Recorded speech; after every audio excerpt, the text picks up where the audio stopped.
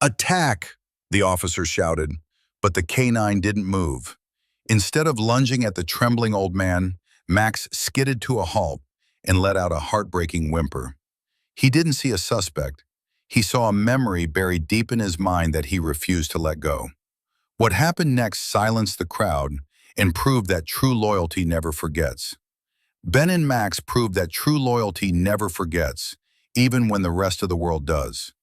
If this reunion brings a tear to your eye, please like this video to honor our veterans and their faithful companions. Share this story to spread a message of compassion over protocol, and subscribe for more incredible stories of unbreakable bonds. It started like any ordinary patrol call that afternoon. Suspicious person reported near the playground. Officers were dispatched immediately.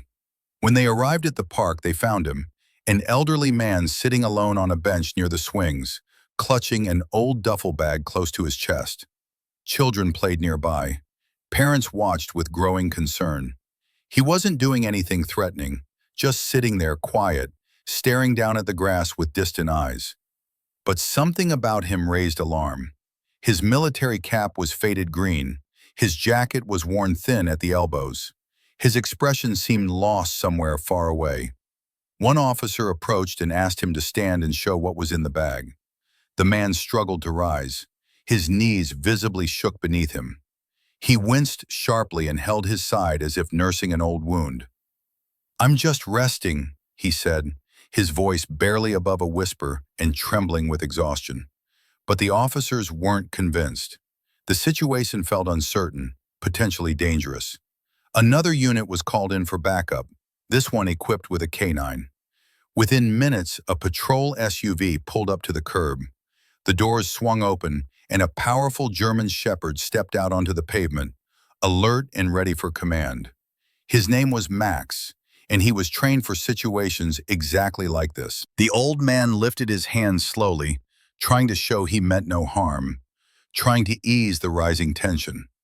But the officers' voices only grew sharper, more insistent. "Show us what's in the bag," one officer barked, his tone leaving no room for hesitation. The duffel sat at his feet, still untouched, still unexplained. The man tried to speak again, but words seemed to fail him. His mouth opened, but nothing came out except a confused stammer. More children were quickly ushered away from the playground by worried parents. One officer placed his hand deliberately on his holster.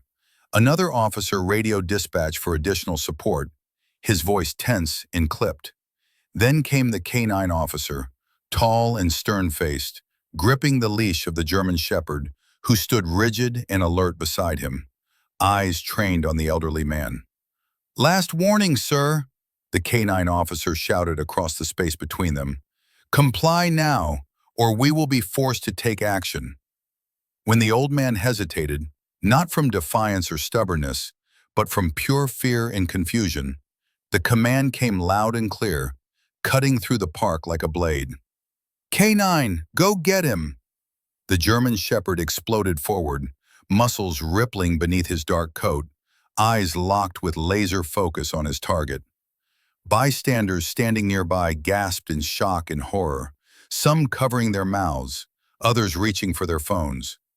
But just before contact, something completely unexpected happened. The dog didn't bite. He didn't attack. Instead, he stopped cold. And then he whimpered. Everyone stood frozen in place, barely breathing. The powerful canine had charged forward with deadly precision and purpose.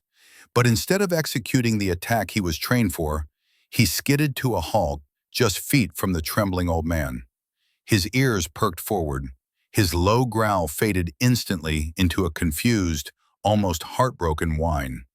He sniffed the air carefully, then slowly tilted his massive head to one side, studying the man before him.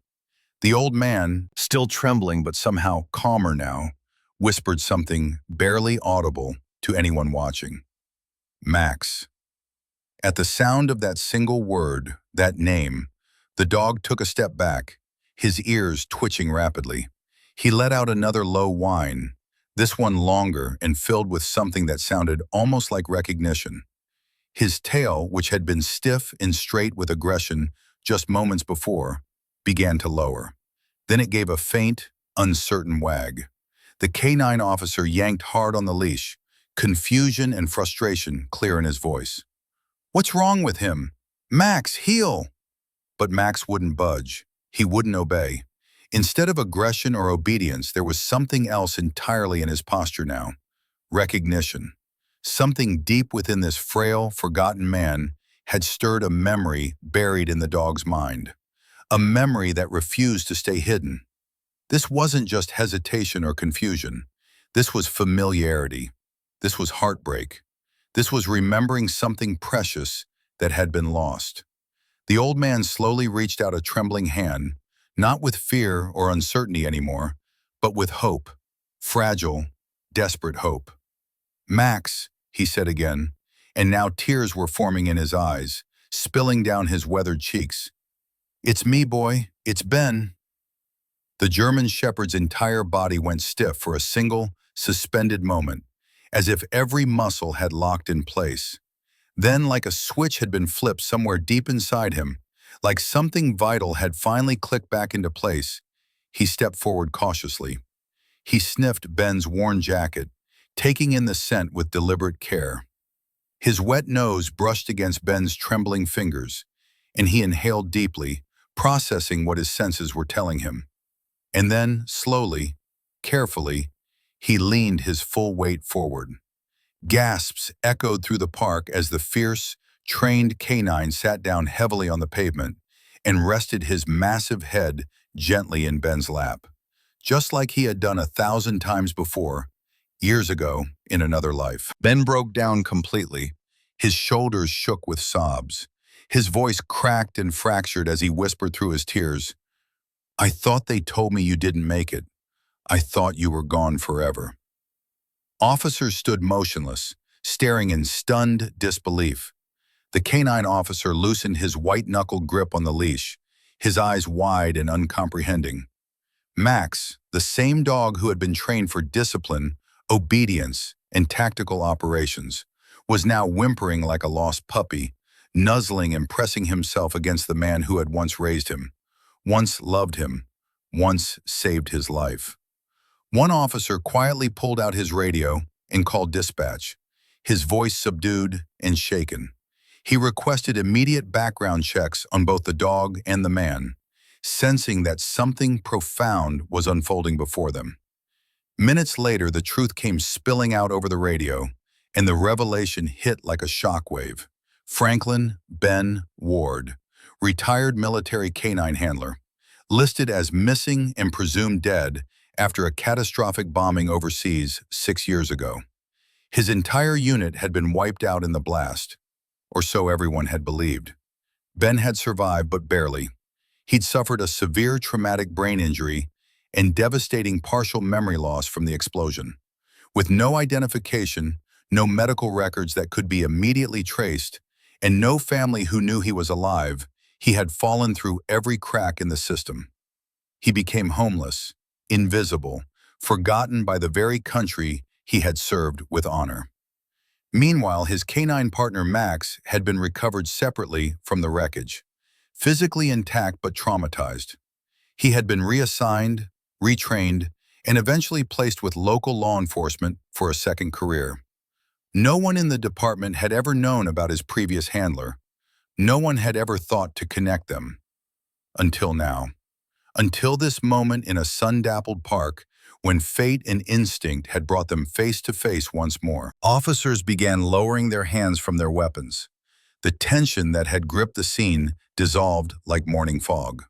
Some of them backed away quietly, hands covering their mouths in shock and emotion, struggling to process what they were witnessing. Ben had been sitting on that bench for nearly 2 hours before anyone noticed him. He'd chosen it carefully, the one facing the swings, the one partially shaded by an old oak tree whose branches stretched out like protective arms. From there, he could watch the children play without getting too close, without making anyone uncomfortable with his presence. He liked watching them. Their laughter reminded him of something he couldn't quite reach in his memory, something warm that lived just beyond the fog in his mind. A niece, maybe, or a neighbor's kid from long ago. The details were gone, but the feeling remained. Gentle, bittersweet, like sunlight filtering through dirty glass. His military cap sat low on his head, faded green canvas that had once been crisp and proud. The small pin on the front, a dog's silhouette, was tarnished now, barely visible unless you looked closely. Most people didn't look closely. Most people didn't look at all. The duffel bag rested against his worn boots, its canvas sides soft with age and use. Inside were the pieces of a life that no longer fit together properly. A scratched water bottle, a bundle of clothes wrapped in plastic, 3 protein bars he'd gotten from a shelter 2 days ago, and buried at the bottom, wrapped carefully in an old t-shirt, a faded photograph of a younger man in uniform standing beside a German shepherd, both of them squinting into desert sun. He didn't remember the photograph being taken. He didn't remember much of anything from before the loud noise and the darkness that followed. But he kept it anyway, because the man in the uniform felt important somehow, like someone he used to know intimately but could no longer recognize in mirrors. A mother pushing a stroller glanced his way and quickened her pace. A jogger gave him a wide berth on the path. Ben understood.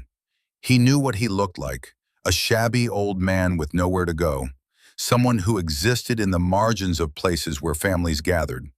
Invisible until he became inconvenient, forgotten until he became frightening. He shifted on the bench, and pain shot through his left side, where the shrapnel had torn through him 6 years ago. The doctors at the field hospital had done what they could, but some wounds never heal properly, especially when there's no one to follow up, no one to remember you need following up at all. The sun moved lower in the sky. The shadows grew longer.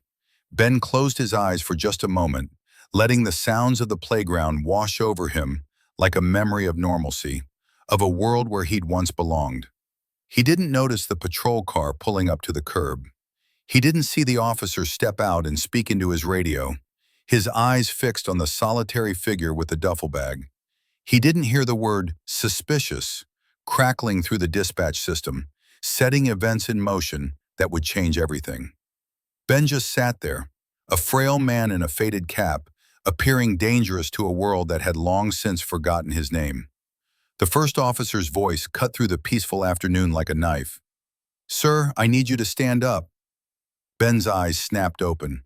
2 uniformed officers stood before him, hands resting near their belts, faces stern and unreadable. He blinked slowly, confusion clouding his features as his brain struggled to process the sudden intrusion into his quiet moment. "I said stand up," the officer repeated, louder this time. "We need to talk to you." Ben tried to comply. He really did. His hands gripped the edge of the bench, knuckles white with effort as he pushed himself upward. His legs shook violently beneath him, refusing to cooperate the way they once had. Pain screamed through his side, and he gasped, sinking back down onto the weathered wood. "I'm trying," he managed, his voice thin and apologetic. "Just give me a second." The second officer stepped closer, his eyes fixed on the duffel bag. "What's in the bag, sir?" Ben looked down at it, then back up at the officers. His mouth opened, but the words tangled somewhere between his brain and his tongue. What was in the bag? Clothes, water, the photograph. But explaining felt impossible, like trying to speak underwater. It's just my things," he finally said, but his trembling hands betrayed his growing panic. "We've had reports of a suspicious person in the park," the first officer said, his tone hardening. "You need to show us what's in that bag, now." Ben's hands moved toward the zipper, but they were shaking so badly he couldn't grip it properly. Sweat beaded on his forehead despite the cool breeze. His breathing grew rapid and shallow. Somewhere in the damaged corridors of his mind, alarms were sounding, memories of danger that had no images attached, only feelings, raw and overwhelming. "Sir, open the bag," the officer commanded. "I'm trying," Ben whispered, but his fingers wouldn't stop trembling. The zipper slipped from his grasp again. "I just need—" "Step away from the bag," the second officer ordered, his hand moving to his radio. "Step away, now." Ben froze. He didn't step away. He couldn't. His body had locked up completely, caught between contradictory commands and the rising tide of panic flooding his system.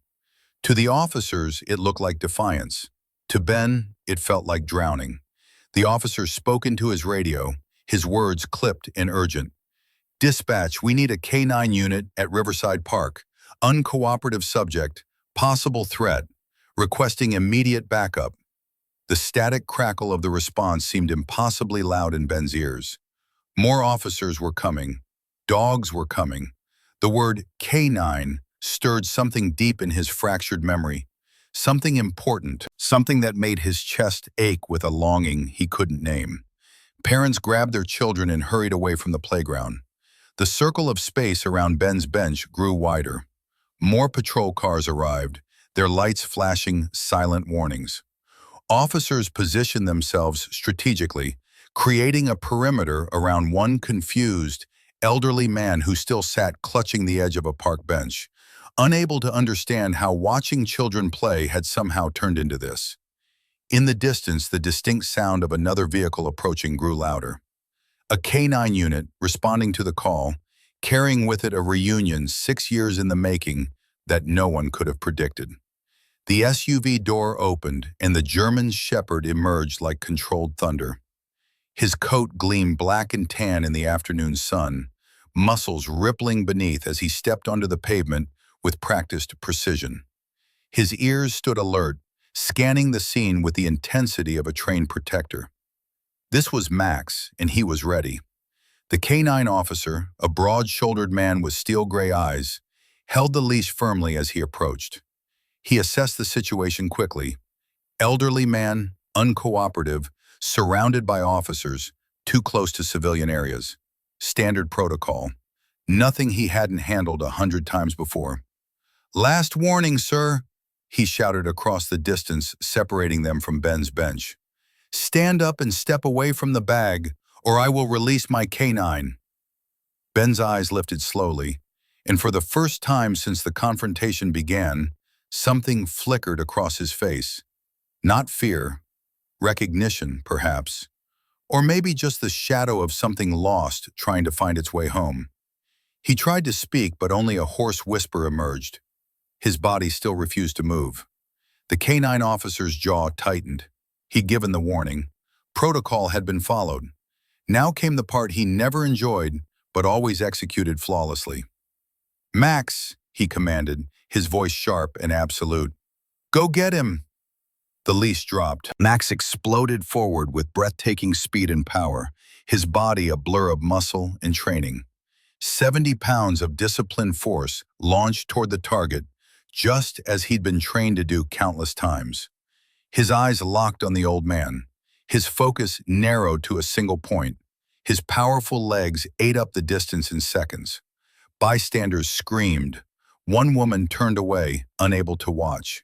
An officer reached instinctively for his radio. Time seemed to slow and accelerate simultaneously. Ben didn't flinch. He didn't raise his hands to protect himself. Instead, something deep inside him, something that lived beneath the fog and the damage and the missing years, rose to the surface. His lips moved, forming a word that came from muscle memory rather than conscious thought. "Max." It was barely audible, a whisper lost in the chaos of the moment. But it was enough. The German Shepherd's ears twitched mid-charge. His trajectory held, but something in his gait changed, became uncertain. 3 feet away, then 2, his massive paws struck the ground in powerful strides. Then 1 foot away, close enough that Ben could see his eyes. Dark, intelligent, searching.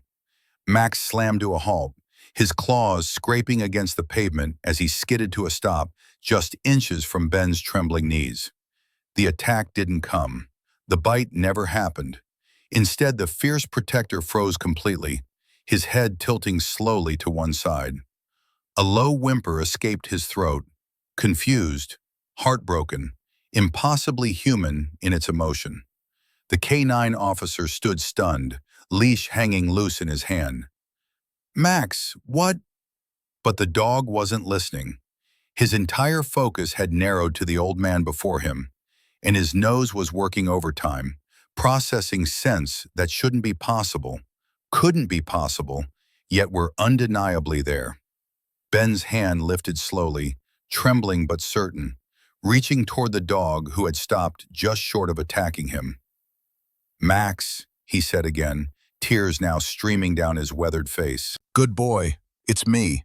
And Max knew, somehow, impossibly, through 6 years of separation and reassignment and new training and new handlers, Max knew exactly who this broken old man was.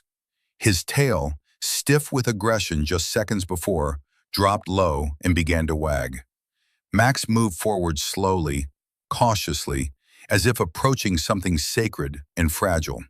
His nose pressed against Ben's outstretched hand, inhaling deeply, processing every molecule of scent that told him stories his eyes couldn't see.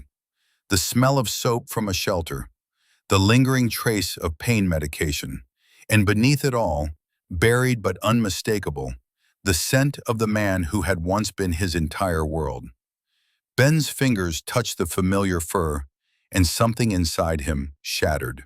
6 years of confusion, of wandering, of not knowing who he was or where he belonged, all of it came crashing down in a single moment of recognition. His shoulders began to shake, his breath caught in ragged gasps. "I looked for you," Ben whispered, his voice breaking. "After I woke up, I tried to find you. They told me you were gone." Max pressed closer, his massive head pushing into Ben's chest. The whimper that escaped him sounded like grief, like apology, like every night he'd spent in a kennel wondering where his handler had gone. His training told him to maintain distance, to stay alert, to wait for commands. But something older than training, something wired into his very being, told him to stay exactly where he was. Ben's arms came around the dog's neck, and he buried his face in the thick fur. His body folded forward as sobs racked through him, deep, gasping sounds that came from a place beyond words. The tears he'd held back through years of homelessness, through countless nights of not remembering who he was, through the grinding loneliness of being forgotten, they all came flooding out now. "Good boy," he kept repeating between sobs. "Good boy, Max. You remembered me. You didn't forget." The K9 officer stood frozen, his hands still loosely holding the leash that no longer served any purpose. He watched his highly trained K9, the dog who had never hesitated, never disobeyed, never shown anything but perfect discipline, completely ignore every command in favor of comforting an old man. Officers who had been ready to subdue a threat slowly lowered their hands. The aggressive stance shifted into something else entirely: uncertainty, confusion, and gradually, understanding. One officer pulled out his phone. His thumb hovered over the screen for a moment before he quietly began filming. Not as evidence of a confrontation, but as witness to something far more profound. The crowd that had gathered at a safe distance began to murmur. A woman's hand covered her mouth, tears streaming down her face. A man in a business suit wiped his eyes with his sleeve. Parents who had pulled their children away now stood watching, realizing they were witnessing something extraordinary. Max shifted his weight, pressing more of himself against Ben, as if trying to anchor the old man to the present moment. His tail wagged faster now, no longer tentative, but certain. He licked Ben's face, tasting the salt of tears, offering the only comfort he knew how to give. "I thought I lost you forever," Ben choked out, his voice muffled against Max's fur. "I thought everyone was gone." The German shepherd's only response was to press closer still, his warm body solid and real and present in a way that cut through every layer of fog in Ben's damaged mind. This was real. This was happening. He wasn't alone anymore. Around them, the park had fallen silent, except for Ben's quiet sobs and Max's gentle whimpers. This wasn't a confrontation. This was a reunion 6 years overdue, and everyone who witnessed it understood they were standing on sacred ground. Officer Martinez stepped away from the scene, his radio pressed close to his ear as dispatch ran the initial search. His partner had requested a background check on both the man and the canine, something that felt routine until the first results started coming through. "Say that again," Martinez said, his voice dropping low. "You're sure?" The other officers maintained their distance, watching as Ben continued to hold Max, neither willing to separate from the other. The canine officer had given up trying to recall his dog. Something bigger than protocol was unfolding here, and even he could sense it. Martinez's face had gone pale. He walked back slowly, his eyes fixed on Ben with a new expression. Not suspicion, but something closer to reverence mixed with horror. "Sir," he said quietly, approaching with careful respect, "can you tell me your name?" Ben looked up, his face still wet with tears, his arms still wrapped around Max. "Ben," he said, his voice hoarse. "Just Ben." "Your full name, sir, please." There was a long pause. Ben's brow furrowed as he searched through the fog of his damaged memory. "Franklin," he said slowly, uncertainty creasing his features. "Franklin Ward. I think. Sometimes I'm not sure anymore." Martinez's radio crackled again, and this time the voice from dispatch was different. A supervisor, maybe a commander. The words that came through made every officer within earshot go still. "Franklin Benjamin Ward, Staff Sergeant, Military Canine Handler, 3rd Infantry Division. Listed as KIA, killed in action, following an IED explosion in Kandahar Province 6 years ago. Body never recovered. Presumed dead." The words hung in the air like smoke. "That can't be right," one officer muttered. "He's standing right here." But the dispatch continued, painting a picture that was both impossible and undeniable. His K9 partner, designation Max, military ID K-247, was recovered from the blast site 3 days after the explosion. Severe trauma, but physically intact. After rehabilitation, the dog was deemed fit for service and transferred to civilian law enforcement. Current assignment, Riverside Police Department. The K9 officer's hands had gone slack. He stared at Max, then at Ben, then back at Max again. 6 years, he whispered. "I've had him for 4 years. They never told me." "There was nothing to tell," Martinez said quietly. "His handler was dead, or supposed to be." Another officer had pulled up military records on his phone. His face had gone ashen as he scrolled through the details. Jesus Christ! Ward was recommended for a Bronze Star. He stayed behind during the evacuation to secure the perimeter. The blast should have killed him instantly. "Obviously it didn't," Martinez said, looking at Ben with new eyes, not seeing a homeless man anymore, but a soldier who had somehow survived the unsurvivable and then fallen through every crack in a system that was supposed to protect him. Ben seemed unaware of the conversations happening around him. His focus remained entirely on Max, his fingers running through the dog's fur, his voice murmuring words only the two of them could understand. Words from a desert half a world away, from nights in bunkers when they'd been all each other had, from a bond that 6 years and a traumatic brain injury and an entire ocean of separation couldn't break. "What do we do?" an officer asked, his voice barely above a whisper. Martinez looked at the reunion before him, a dead man holding his dog, both of them refusing to let go of what they thought was lost forever. "We help him," Martinez said finally. "We get him the help he should have gotten 6 years ago." The scent of Max's fur brought it back in fragments, dust and heat and the weight of gear pressing down on his shoulders. Ben closed his eyes, and for the first time in 6 years, the memories didn't slip away like water through his fingers. They stayed, sharp and vivid and achingly real. Afghanistan. The name surfaced from the fog. Kandahar Province. Forward operating base somewhere he couldn't pronounce. Max had been young then, barely 2 years old, all energy and enthusiasm, and an eagerness to prove himself worthy of the job. Ben remembered the first time he'd held Max's leash, the way the young German shepherd had looked up at him with complete trust, as if saying, "I'm yours. Show me what to do." The responsibility had terrified him. This dog's life was in his hands, and in turn, his life would depend on this dog's nose, instincts, and loyalty. They trained together until they moved as one unit. Ben learned to read Max's body language before the dog even alerted. The slight stiffening of his spine when he caught a scent, the particular angle of his ears when something was wrong, the way his tail held still when danger was near. The memory sharpened, became specific.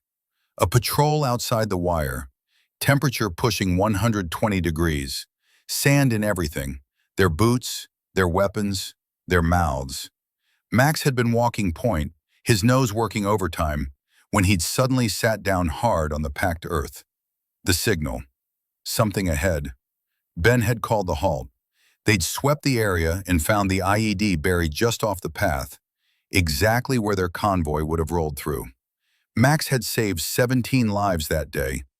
Ben had given him an entire package of beef jerky as reward, watching the young dog's tail wag so hard his whole body shook with joy. But it was the nights Ben remembered most clearly now. The bunker they'd shared, concrete walls and sandbag fortifications that never quite kept out the cold desert night. Regulations said the canines were supposed to sleep in their kennels, but Ben had never been good at following that particular rule. Max would curl up beside him on the thin sleeping mat, his warm body pressed against Ben's side, and somehow the war felt further away. "You and me, buddy," Ben would whisper in the darkness, his hand resting on Max's side, feeling the steady rise and fall of breath. "We're getting home, both of us." Then came the night when the mortars started falling, 3 of them, lighting up the sky like violent stars. Ben had thrown himself over Max instinctively, covering the dog with his own body as shrapnel tore through the air around them. He'd felt the impact, the hot, sharp pain as metal found flesh, but he'd kept Max pinned beneath him, protected, safe. When the dust settled, Max had been whimpering, panicked but unharmed. Ben had pulled a piece of shrapnel from his own shoulder, wrapped it quickly, and held Max close as the dog trembled against him. "I've got you," he'd promised, blood seeping through the bandage. "Nothing's going to hurt you, not while I'm here." The final memory came harder, fought against his consciousness like it didn't want to be remembered. The convoy, the explosion that was supposed to be their last mission before going home. The world turning white and loud, and then nothing but darkness for so long, he'd thought he was dead. But here, now, with Max's solid warmth pressed against him, Ben understood something crucial. He'd kept his promise. He'd protected Max. And now, impossibly, Max had found him again and was keeping the same promise in return. "You remembered," Ben whispered into Max's fur, tears flowing fresh. "After all this time, you still remembered." The first phone had come out when Max skidded to a halt instead of attacking.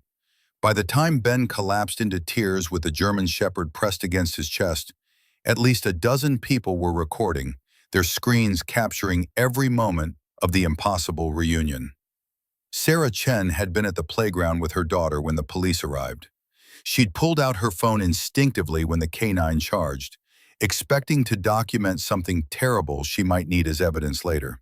Instead, she'd captured something that made her hands shake as she held the device. "Oh my God," she whispered, watching through her screen as the fierce police dog transformed into something gentle, almost childlike, in the old man's embrace. "Are you seeing this?" Her husband stood beside her, his own phone forgotten in his hand. "That's not normal canine behavior. That dog knows him." Sarah's finger hovered over the share button on her social media app. She looked at the scene one more time. The elderly veteran weeping openly, the powerful dog pressed against him like a puppy seeking comfort, the circle of stunned officers bearing witness to something none of them understood yet. This wasn't just a video. This was something people needed to see. She added a caption with trembling fingers. A police canine was ordered to attack an elderly veteran in the park today, but the dog recognized something the officers couldn't see. This is what loyalty looks like. This is what we owe our veterans. She pressed share. Within 20 minutes, the video had 5,000 views. Within an hour, 50,000. The comments section exploded with reactions. Crying emojis, shares, tags, people calling for their friends and family to watch. I'm not crying, you're crying. That dog remembered his handler after 6 years. This is the most beautiful thing I've ever seen. Why is a veteran living on the streets? This man should be taken care of. Where is the VA? More videos emerged from different angles. A teenager had filmed from the playground, capturing the moment Max's tail began to wag. An older man had recorded from his car, his shaky footage showing Ben's face as recognition dawned. Each video added another piece to the story, and social media algorithms pushed them higher and higher. Local news stations monitoring social media trends picked it up first. By early evening, reporters were arriving at the park, though Ben and Max had already been taken to a nearby hospital for evaluation. The K-9 officer, still visibly shaken, gave a brief statement to cameras. "I've worked with Max for 4 years," he said, his voice tight with emotion. "I've never seen him disobey a command, not once. But today he did, and I'm grateful for it." What we witnessed wasn't disobedience. It was recognition. It was love. The clip went viral on its own, spliced together with the original videos in compilation after compilation. By midnight, the story had reached national news. Morning shows were already booking segments. "Hero dog refuses to forget his handler," read one headline. "Veteran thought dead reunites with canine partner 6 years later," declared another. "The loyalty that stopped an attack," a third proclaimed. In hospital rooms, in living rooms, and office break rooms across the country, people watched the videos and wept. They shared them with messages of hope, of anger at a system that had failed Ben, of wonder at a bond so strong that 6 years of separation couldn't break it. The image that circulated most widely was a freeze frame captured from Sarah's video, Max's head resting in Ben's lap, the old veteran's face buried in the dog's fur, both of them holding on like they'd never let go again. Underneath, someone had added text that perfectly captured what millions were feeling. "True loyalty never forgets." Police Chief Rebecca Morrison arrived at Riverside General Hospital at 7 the next morning, accompanied by 2 officials from the K-9 Unit's regional command. The viral videos had reached her phone before dawn, along with thousands of messages from citizens demanding answers, demanding action, demanding that something be done for the veteran and his dog. She found them in a private room on the 3rd floor. Ben was sitting up in the hospital bed, an IV in his arm delivering fluids and medication he'd been without for too long. Max lay on the floor beside the bed, his head resting on his paws, eyes locked on Ben with unwavering vigilance. When the door opened, the dog's ears perked, but he didn't move from his chosen position. "Staff Sergeant Ward," Morrison said quietly, stepping inside with appropriate respect. Ben looked up, confusion flickering across his face. No one had called him by his rank in 6 years. He wasn't entirely sure he deserved it anymore. "Just Ben, ma'am," he said softly. Morrison pulled up a chair, gesturing for her colleagues to remain by the door. "Ben, then. I'm Chief Morrison. We need to talk about Max." At the sound of his name, Max's tail gave a single thump against the linoleum floor, but still he didn't move. His loyalty had a new priority now, and it wasn't the badge. "He's a working police dog," Morrison continued, watching Ben's face carefully. "Technically, he's city property, assigned to Officer Hayes. We have regulations about—" "You're taking him."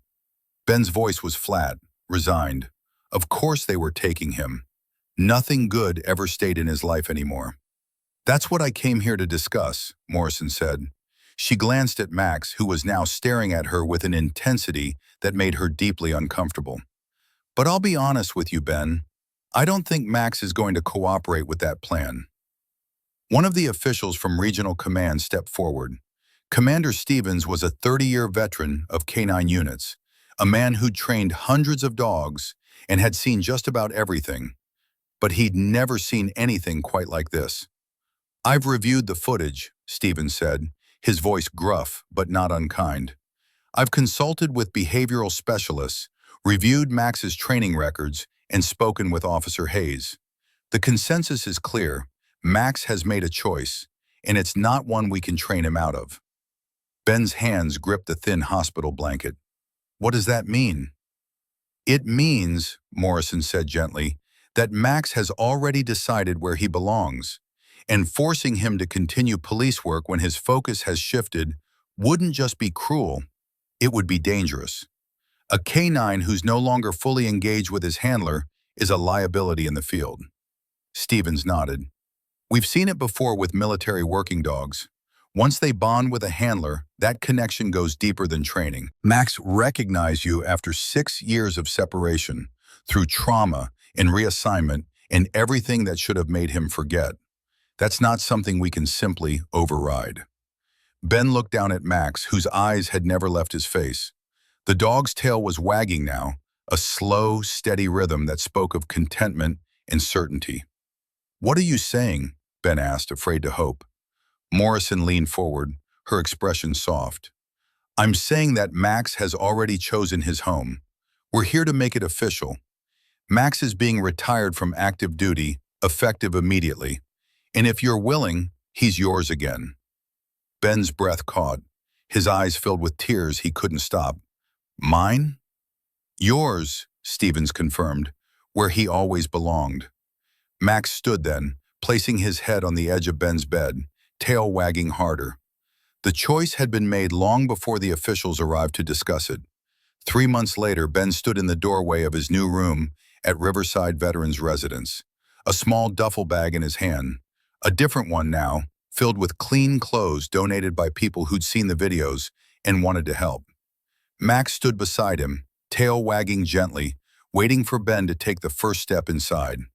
The room was simple but clean. A real bed with a sturdy frame and a thick mattress. A desk by the window that looked out over a garden where residents could sit in the sun. A small bathroom with grab bars and a shower that wouldn't run cold after 2 minutes. Space enough for a dog bed, which had already been placed in the corner, though Ben suspected Max would spend most nights on the floor beside his bed instead. "What do you think, boy?" Ben asked, his voice still carrying the wonder of someone who couldn't quite believe this was real. Max walked inside first, his nails clicking softly on the clean floor as he inspected every corner with his nose.